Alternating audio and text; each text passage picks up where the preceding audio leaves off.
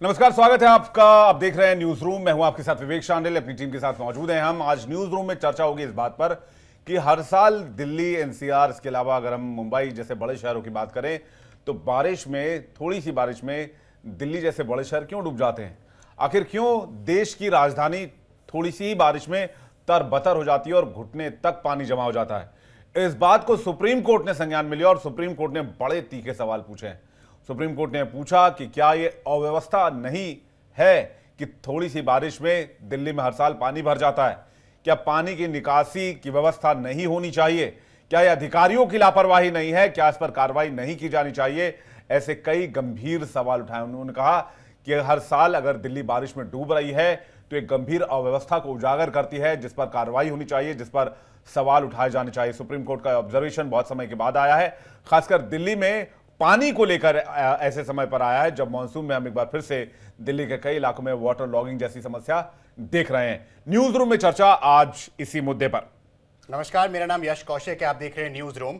जैसा कि अभी बोला, दिल्ली, मुंबई, ये बड़े वो शहर है जिनका नाम लिया गया, जहां वाटर लॉगिंग, सरकार कोई भी हो, साल कोई भी हो, पिछले कई लंबे अरसे से हम देख रहे हैं कि पानी भरता है, गाड़ियां डूबती हैं और लोगों की समस्याएं कम नहीं होती बल्कि साल पर साल बढ़ती जा रही हैं। लेकिन अगर दूसरी तरफ बात करें शहरों की, जैसे गोवा है, अगर हम बात करें कुछ ऐसे निचले इलाकों की जहां गांव हैं, जहां पे पॉपुलेशन बढ़ रही है लेकिन वाटर लॉगिंग नहीं बढ़ रही। अगर दिल्ली, मुंबई की हमने बात करी कि पानी तो बढ़ रहा है लेकिन वहां पे समस्याएं भी बढ़ रही है, लेकिन गोवा में जो समुद्र तट पर भी शहर मौजूद है, वहां पे सड़कें क्यों नहीं डूबती? तो आज के न्यूज रूम में हम इसी ऊपर चर्चा करने वाले हैं। बहुत स्वागत है आप सभी का इंडिया डेली में। और देखिए, आज का जो टॉपिक है वो बहुत इंपॉर्टेंट है, क्योंकि जब हम बात करते हैं अर्बन डेवलपमेंट की, कि एक अगर किसी शहर को प्लान करना है तो उसके लिए एक बाकायदा डिपार्टमेंट होता है, स्टेट लेवल पर भी और सेंट्रल लेवल पर भी। ये डिपार्टमेंट होने के बावजूद भी हम देखते हैं कि अभी भी ये समस्या जो है, ना केवल हम बात करें दिल्ली के साथ साथ यश ने जो जिक्र किया कि गोवा जैसी जगह जहां पर हम देख रहे हैं कि समुद्र है साथ में, लेकिन फिर भी वहां पर वाटर लॉगिंग की समस्या नहीं देखने को मिलती। बेंगलुरु में हम देख रहे हैं कि वाटर लॉगिंग की एक बड़ी समस्या है, मुंबई में जो है एक बड़ी समस्या है। इसका समाधान क्या है, इसका सोल्यूशन क्या है? अगर डीप लेवल पर हम सोचे तो मुझे लगता है आशीष, बहुत सारे ऐसे टॉपिक है। इंक्रोचमेंट एक बहुत बड़ा इशू है। फिर उसके बाद अगर हम बात करें कि जो गोवा की, जैसे आपने जिक्र करा, वहां पर समुद्री इलाका तो है लेकिन साथ में हम देखते हैं हरियाली बहुत ज्यादा है। तो इस वजह से भी हम देखते हैं कि सड़कों के साइड में इतनी ज्यादा हरियाली है, या समुद्र के पास में भी अगर हम देखें तो इसलिए देखते हैं वहां पर वाटर लॉगिंग की समस्या नहीं होती। तो एक हम कह सकते हैं आशीष, एक बहुत बड़ा मुद्दा है जिस पर मुझे लगता है कि हमें बहुत ज्यादा काम करना पड़ेगा, तभी वाटर लॉगिंग की समस्या खत्म होगी शहरी इलाके में। नमस्कार, मैं हूं आशीष सिन्हा, जिसका जिक्र अभी पलक और विवेक कर रहे थे कि दिल्ली 2 घंटे के बरसात में डूब क्यों जाती है। आपको 2 साल पहले लेकर चलना चाहूंगा। दिल्ली के करोल बाग में एक घटना होती है। एक कोचिंग संस्थान होता है, नाम मैं नहीं लूंगा। उस कोचिंग संस्थान में निचले फ्लोर पर अचानक बहुत तेजी से पानी आता है और बच्चे डूबने से उनकी मौत हो जाती है। यह मुद्दा गर्माता है और उसके बाद हाईकोर्ट तुरंत एमसीडी के जो कमिश्नर होते हैं उनको तलब कर लेता है, दिल्ली सरकार के अधिकारियों को तलब कर लेता है। एक लंबी सुनवाई चलती है जिससे यह पता चलता है कि वहां पर सही तरीके से जो नाले हैं उनको बरसात से पहले साफ नहीं किया गया। तमाम तरह के हलफनामे अदालत में दिए जाते हैं, भरोसा दिया जाता है कि हम एकदम साफ करके रखेंगे, लेकिन हालात क्या। 2 घंटों की बारिश में जो दिल्ली में ट्रैफिक लगता है, जो जाम लगता है, उससे लोगों को निजात कैसे मिलेगी? उसके पीछे पहले दिल्ली को हमें समझना होगा, दिल्ली को जानना होगा। दिल्ली में कई सारे विभाग हैं, इस बात को आपको समझिए। दिल्ली में जो ड्रेनेज सिस्टम है वो है दिल्ली जल बोर्ड के पास, यानी जिसकी निगरानी दिल्ली सरकार करती है। ये ड्रेनेज जो सिस्टम है वो बहुत पुराने हैं, इनमें अब इनको बदलने की जरूरत है या तो इनको बेहतर करने की जरूरत है। लंबे अरसे से इस पर काम नहीं हुआ। जो दूसरा आता है वो छोटी नालियां होती हैं, साफ सफाई का मुद्दा होता है। अक्सर जो कचड़े होते हैं वो इन छोटी नालियों से बड़े नालियों में जाते हैं। अब इन छोटी नालियों की जिम्मेदारी किसकी होती है? ये जिम्मेदारी होती है एमसीडी की, जिनका काम होता है सफाई करना, छोटी नालियों को करना। अब उसके बाद आता है नाला। अब नाले की जिम्मेदारी किसकी होती है? तो नाले की जिम्मेदारी होती है डीटी की। तो अब अलग अलग विभाग जो हैं दिल्ली की साफ सफाई करते हैं। इस बात को हमको समझना होगा कि दिल्ली में हर साल हजारों करोड़ रुपए सैंक्शन होते हैं ड्रेनेज की सफाई को लेकर। दिल्ली सरकार की तरफ से भरोसा दिया जाता है कि ड्रेनेज सिस्टम पूरी तरीके से सही है, लेकिन अगर ड्रेनेज सिस्टम सही होता तो क्या पानी लगता? नहीं लगता। 2 घंटों की बरसात के बाद दिल्ली में पानी लगता। आप ना सिर्फ सुप्रीम कोर्ट बल्कि दिल्ली हाई कोर्ट की तरफ से भी, जिस दिन सुप्रीम कोर्ट की तरफ से ये कहा गया कि पूरा सिस्टम जो है वो लकवाग्रस्त हो गया है, दिल्ली हाई कोर्ट ने भी जमकर फटकार लगाई और कहा कि ये दिल्ली जो है वो पानी में डूब क्यों जाती है। हम इस पर चर्चा करेंगे, अभी भी करेंगे, लेकिन आप यकीन मानिए कि अगले साल हालात बदलने वाले नहीं हैं। अगले साल भी कमोबेश हालात ऐसे ही रहेंगे। वादे हर साल किए जाते हैं, हलफनामे हर साल अदालतों में दाखिल किए जाते हैं, हर साल अदालतों को भरोसा दिलाया जाता है, हर साल कंटेम्प्ट नोटिस इशू होता है, लेकिन नतीजा क्या होता है? दिल्ली में वही वाटर लॉगिंग। इसके पीछे वजह जो है दिल्ली में बढ़ती शहरीकरण को भी बोला जा सकता है। दिल्ली में मकान जो है बहुत तेजी से, अगर हम बात करें तो लोड जो है वो बढ़ता जा रहा है। दिल्ली में लोग रहेंगे, भार आएगा, और हमारा ड्रेनेज सिस्टम वही पुराना है। हमारे ड्रेनेज सिस्टम में दिल्ली एनसीआर में कोई बहुत ज्यादा बदलाव नहीं आया, वो वही उसी समय से चले आ रहे हैं। तो जब प्रेशर आएगा, लोड आएगा, तो वो कैसे निकाल पाएगा? ये एक बड़ी समस्या है। और मुझे सबसे बड़ी समस्या ये लगती है कि यहाँ विभागों की इच्छा शक्ति, पेपरों पर काम जरूर हो जाता है लेकिन धरातल पर काम नहीं हो पाता। विवेक, लेकिन इसमें अगर हम बेसिकली जो बात तो सुप्रीम कोर्ट कहना चाह रहा है कि भाई हम गांव में देखते हैं, गांव में कोई बेसिक ड्रेनेज इंफ्रास्ट्रक्चर नहीं होता है, लेकिन फिर भी वहां पर वाटर लॉगिंग नहीं होती है। तो अदालत का जो इशारा है, अदालत का इशारा इस तरफ है कि लोग अपनी जिम्मेदारी से काम नहीं कर रहे, अधिकारी अपनी जिम्मेदारी से नहीं काम कर रहे। हमारा एक कहना यहाँ पर ये नहीं कि सारे अधिकारी अपनी जिम्मेदारी से काम नहीं कर रहे। कुछ लोग ऐसे हैं, कुछ अधिकारी ऐसे हैं जो प्रॉपर जिम्मेदारी से काम नहीं कर रहे हैं, डिपार्टमेंट प्रॉपर फंक्शन नहीं कर रहा है। अगर डिपार्टमेंट में कुछ उसके विंग्स प्रॉपर फंक्शन नहीं कर रहे हैं तो ये चीज़ें एक बड़ा इशू बनेंगी। चाहे वो नालों की साफ सफाई का मामला हो, नालों में ब्लॉकेज की वजह से सबसे ज़्यादा जो है वो पानी की निकासी की समस्या बनती है, क्योंकि अगर नाले ब्लॉक रहेंगे उसमें प्लास्टिक की थैलियाँ फंसी रहेंगी, दूध वाली थैलियाँ फंसी रहेंगी, दूसरे प्लास्टिक गार्बेजेस फंसे रहेंगे, तो पानी नहीं निकल पाएगा। बेसिक सी बात है। तो नालियों की सफाई क्या प्रॉपर तरीके से हो पाती है? इसके अलावा 2-3 चीज़ों की तरफ मैं ध्यान ले जाना चाहूँगा जो बहुत इंपॉर्टेंट है, जिसकी तरफ कोर्ट भी जो है वो इशारा कर रहा है। पहली बात तो यह है कि हमने बाय द टाइम जैसे जैसे प्रेशर बढ़ा, आप देखिए दिल्ली एनसीआर पर, मुंबई पे, जितने भी अर्बन सिटीज़ हैं वहाँ पर पॉपुलेशन का प्रेशर बहुत तेज़ी से बढ़ा, चाहे वो पलायन के तौर पर हो, चाहे वो जनसंख्या दर हो, दोनों हिसाब से बढ़ा। लेकिन इस हिसाब से ड्रेनेज सिस्टम को विकसित नहीं किया गया। दिल्ली का ड्रेनेज सिस्टम पुराना है और आधुनिक शहर के हिसाब से अपर्याप्त है। भारी बारिश के दौरान नालियां और सीवर जल्दी भर जाते हैं, क्योंकि ये बहुत पहले के हिसाब से बनाए गए थे। इनको बाद में बहुत ज़्यादा विकसित नहीं किया गया। कई जगहों पर नालों की सफाई नियमित रूप से नहीं होती है, जिससे गाद और कचरा जमा होने की वजह से पानी का बहाव रुक जाता है। अनियोजित शहरीकरण, जो अर्बन डेवलपमेंट की बात थोड़ी देर पहले पलक कर रही थी, वो अनियोजित है, यानी कि अनप्लैंड है। उस पर प्लान तरीके से काम नहीं किया गया। कहीं भी आप देखेंगे कि एक झुग्गी की बस्ती बसा दी गई है। आपकी बात पर मैं थोड़ी सी रियलिटी, क्योंकि मैं खुद दिल्ली में रहती हूँ और जो मैं ऑब्जर्व करती हूँ वो बताना चाहूंगी दर्शकों को। हमारी जो इंडिया है उसमें एक सबसे बड़ी जो मुझे प्रॉब्लम लगती है वो ये है कि हमें सिविक सेंस नहीं है, जीरो सिविक सेंस एक्चुअली। बहुत बार मैं देखती हूँ एमसीडी की तरफ से घरों के सामने जो नाले होते हैं, एकदम पतले से नाले जो है बनाए जाते हैं प्रॉपर एकदम व्यवस्थित तरीके से। एमसीडी उसके लिए बकायदा 3 महीने जद्दोजहद करती है, मेहनत करती है, ऑफ कोर्स उसमें पैसा भी खर्च उससे होता क्लीनिंग है, भी होती है, समय समय पर लोग आते हैं, क्लीनिंग भी और होती है। कचरा और भी हम निकाल क्या के देखते हैं 3 महीने बाद वहां पर जो जिसके घर के सामने वो नाला बनाया गया है वो उस पर अतिक्रमण कर लेता है। नहीं, वो उस पर मैं आ रहा था। पर पूरा जो टाइल्स के साथ बकायदा क्या करते हैं, पूरा पार्किंग स्पेस बना लेते हैं, एग्जैक्टली सीढ़ियां बना लेते हैं, स्लोप बना लेते हैं। गवर्नमेंट ने तो अपनी तरफ से कर दिया अब, और ये नहीं कि एक आध घर, मैक्सिमम घर, ये बात मतलब मैंने देखी है। मैं अपनी सोसाइटी की बात करूं, अलग अलग सोसाइटी में जाती हूँ, बहुत सारी दुकानें दिल्ली में होती हैं, वहां पर नाले बनाए जाते हैं ताकि एक ड्रेनेज सिस्टम जो है वो बेहतर हो। वहां के लोग क्या करते हैं, उन्हें लगता है कि भाई उनका मालिकाना हक है क्योंकि उनकी दुकान के सामने जो है वो उनकी जमीन नहीं है। नहीं, ये नालों का अतिक्रमण एक बहुत बड़ा चैलेंज है। ये बिल्कुल ये मेरी लिस्ट में था। ये तो ये था, एक तो ये था कि अनियमित बारिश, उसके बाद मेरे लिस्ट में था नालों का अतिक्रमण और कचरा प्रबंधन, ये लिस्ट में था। इसके अलावा कंक्रीट और डामर का बढ़ता उपयोग, शहर में हरियाली और मिट्टी की सतह कम हो रही है, जिस कारण बारिश का पानी जमीन में सोख नहीं पाता है। कंक्रीट की सड़कें और इमारतें पानी को सोखने के बजाय सड़कों पर जमा होने देती हैं। प्रशासनिक कमियां, जिसकी बात अदालत कह रही है, विभिन्न सरकारी एजेंसी जैसे एमसीडी है, पीडब्ल्यूडी है, दिल्ली सरकार के बीच समन्वय की कमी के कारण ड्रेनेज सिस्टम के रखरखाव और सुधार में देरी होती है और बारिश से पहले नालों की सफाई और मरम्मत का काम 100% पूरा नहीं हो पाता है और ये प्रॉब्लम जो है वो लोगों को फेस करनी पड़ती है। लेकिन सर सबसे इंपॉर्टेंट जो आपने वैल्यू ऐड किया है, व्हाट अबाउट अस, हमारा क्या, हमारी भागीदारी का क्या? क्या सफाई का काम सिर्फ सरकारों का है, पीडब्ल्यूडी का है या फिर एमसीडी का है, दिल्ली सरकार का है? हम साफ सफाई नहीं करेंगे? हम अपनी जिम्मेदारी, हम बेसिक सा एक रूल फॉलो करते हैं। क्या हम अपने घर में हम केला खा के क्या छिलका कहीं पर भी ड्राइंग रूम में फेंक देते हैं, लिविंग रूम में फेंक देते हैं या फिर खाना खाने की जगह पर फेंक देते हैं, किचन में फेंक देते हैं, उसको हम प्रॉपर डस्टबिन में डिस्पोज करते हैं? क्या यही आदत हम शहर के लिए फॉलो नहीं कर सकते? चलिए इसको थोड़े से एरिया से शुरू करते हैं। आप अपने घर के बाहर की गली से इसको शुरू कीजिए कि आप प्रॉमिस कीजिए घर के बाहर निकलेंगे तो गली में अगर आप कोई रैपर या प्लास्टिक का चीज कोई इस्तेमाल करें तो उसको गली में नहीं फेंकेंगे, उसको प्रॉपर आप डिस्पोज करेंगे डस्टबिन में।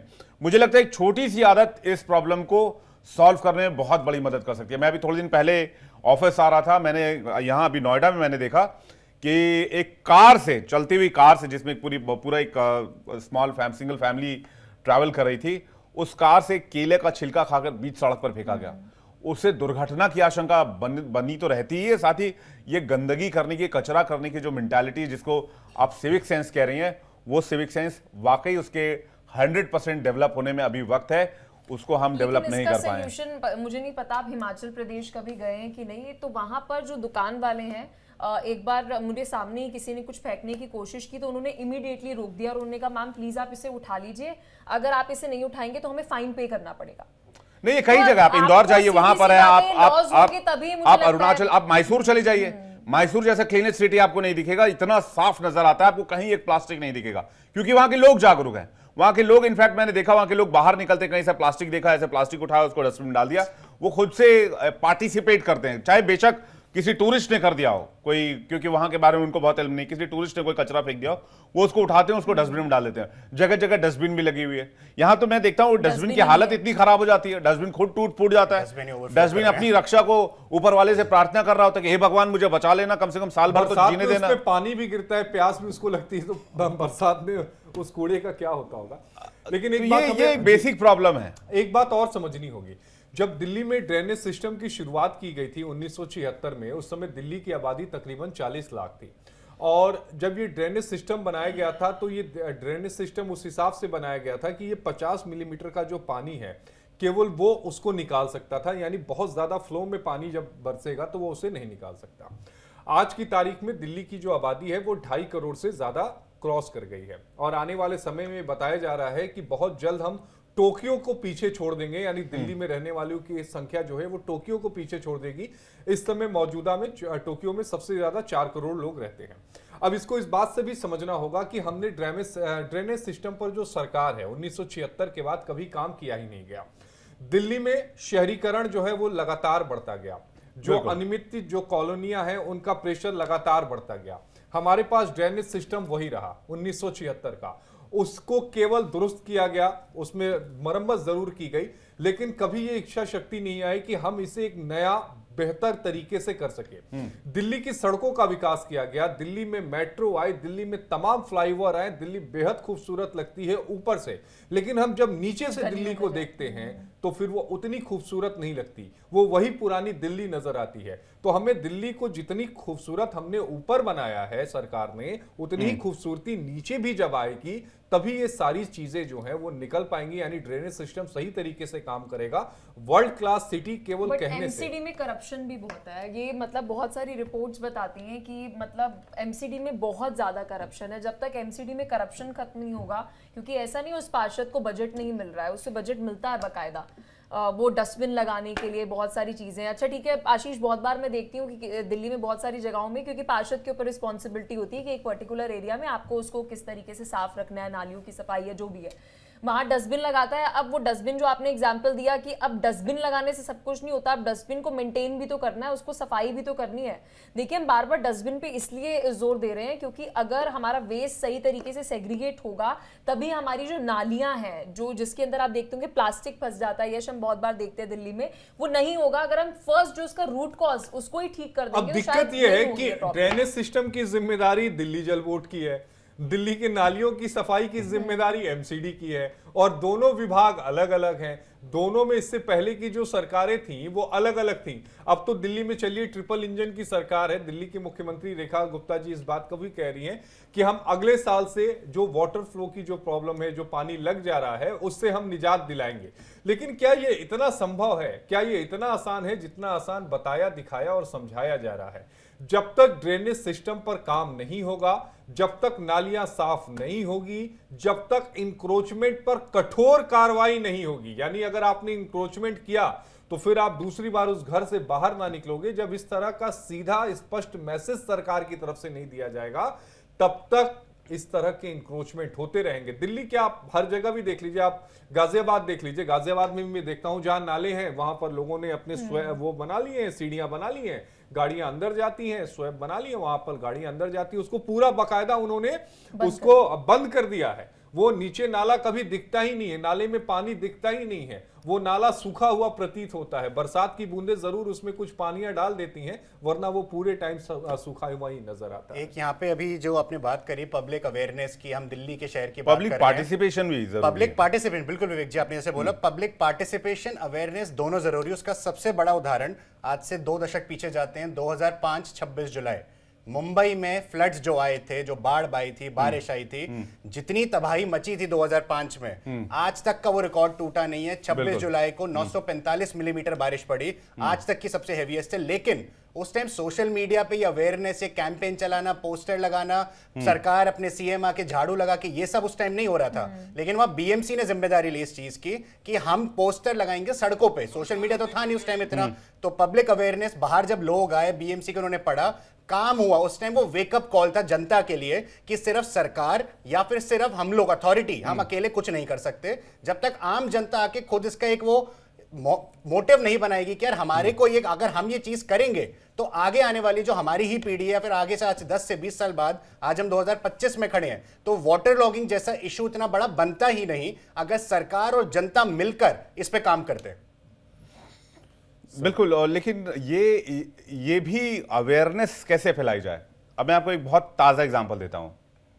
ईडब्ल्यूएस के लिए फ्लैट्स बनाए गए इकोनॉमिकल वीकर सेक्शन के लिए दिल्ली में, और उन फ्लैट्स के अंदर की हालत जाकर, जिसमें जहां झुग्गी वही मकान कॉन्सेप्ट के तहत दिल्ली सरकार ने, केंद्र सरकार ने, माफ कीजिएगा, केंद्र सरकार ने दिल्ली में गरीबों के लिए मकान बनवाए, जो कि बहुत अच्छी पहल थी। गरीबों को आवास मिलना चाहिए, पक्का घर मिलना चाहिए, बिजली मिलनी चाहिए। लेकिन वहां पर जाकर आप देखेंगे तो वहां की स्थिति बहुत खराब है।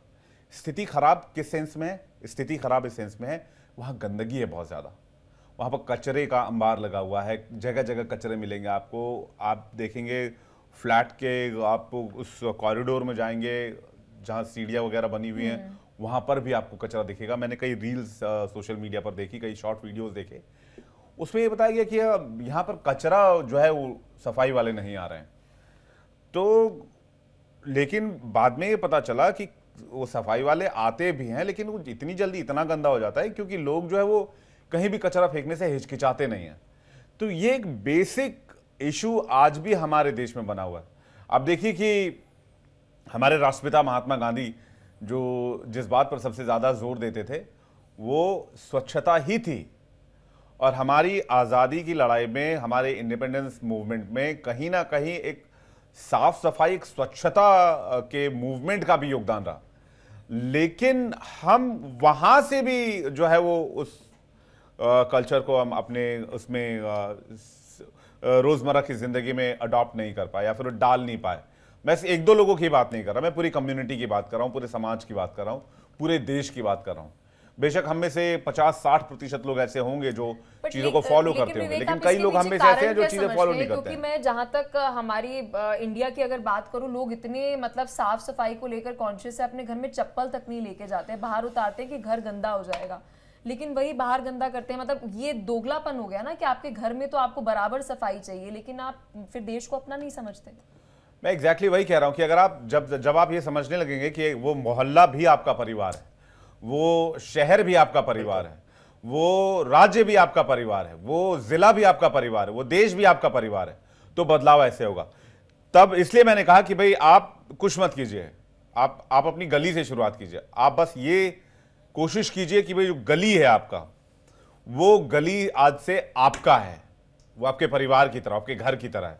तो आप गली में निकले, आपको कहीं भी कुछ भी कचरा दिखाई दे तो आप उसको प्रॉपर डिस्पोज कर दें या कहीं ऐसी जगह पर पहुंचा दें जहां से वो जो म्युनिसिपल कॉर्पोरेशन है उसके स्टाफ उसको वहां से ले जाएं, या फिर जो एमसीडी के या फिर आपके यहाँ पर जो भी नगर निगम के कर्मचारी या नगर पालिका के कर्मचारी हैं वो उसको प्रॉपर डिस्पोज कर दें। अगर ये छोटा सा भी योगदान हो गया, मुझे लगता है इससे बहुत फर्क पड़ेगा। और इसमें अगर सुप्रीम कोर्ट ने इंटरवीन किया तो मुझे लगता है दिल्ली की हालत में भी सुधार होगा। इस मैटर पे मुझे लगता है आशीष ज़्यादा बेहतर बता पाएंगे, क्योंकि ये मैटर बहुत सीरियस कंसर्न वाला है। अब देखिए वाटर लॉगिंग की समस्याएं क्या क्या है, पानी सड़ता है, मच्छर होते हैं, मच्छरों से 10 तरह की बीमारियां होती हैं, डेंगू होते हैं, मलेरिया होते हैं। डेंगू हर साल दिल्ली में एक महामारी का रूप लेने लगती है, इसको कंट्रोल करते करते पसीने छूट जाते हैं, बेड की कमी हो जाती है, बेड भरने लग जाते हैं, लोगों के प्लेटलेट्स गिरने लग जाते हैं, प्लेटलेट्स की दिक्कत हो जाती है, ब्लड की दिक्कत हो जाती है।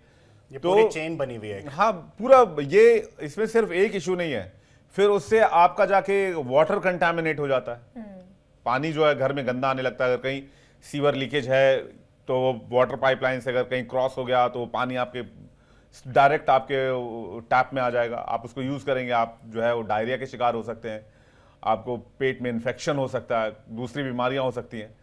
तो ये बहुत सारी चीज़ों को कॉज करता है और इसका डायरेक्ट इम्पैक्ट पब्लिक पर, सोसाइटी पर, नेशन पे और उसके बाद अंततोगत्वा सरकार पे पड़ता ही पड़ता है। तो हम इसको फर्स्ट अगर स्पॉट पे ही हिट कर ले रहे हैं, वहाँ पे इसको चेक एंड मेट कर ले रहे हैं, तो मुझे लगता है बाद में हमें इस तरह के इश्यूज से दो चार होना पड़ेगा। और काफ़ी खुशी है मुझे कि सुप्रीम कोर्ट ने इस मामले में इंटरवीन किया है और सख्त हिदायत दी है कि ये नहीं बर्दाश्त किया जाएगा कि आज की तारीख में भी हम बेसिक ड्रेनेज व्यवस्था से जूझ रहे हैं, जबकि दुनिया में इतने शहर हैं। आप वेनिस को देख लीजिए, पूरा का पूरा शहर जो है वो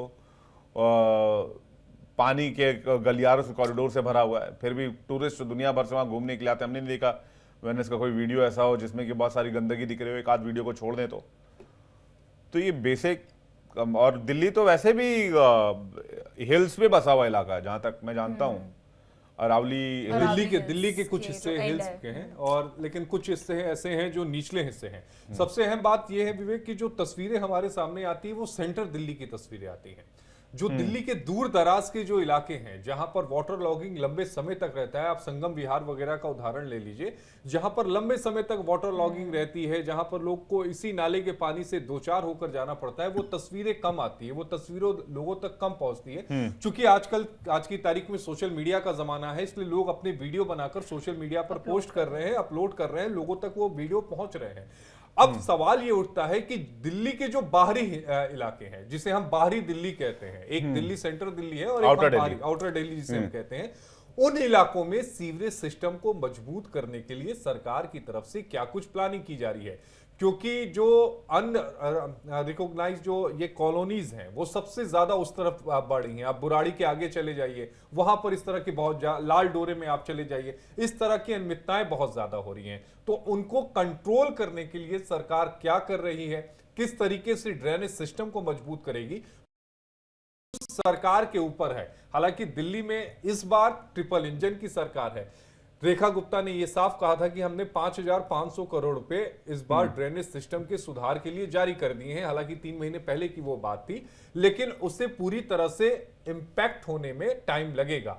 अगले साल से उन्होंने आश्वस्त किया है कि दिल्ली की तस्वीर देखने को नहीं मेरी अभी बातचीत हुई थी, बीजेपी एमपी है कमलजीत सहरावत, वेस्ट दिल्ली से, पश्चिमी दिल्ली से आती हैं।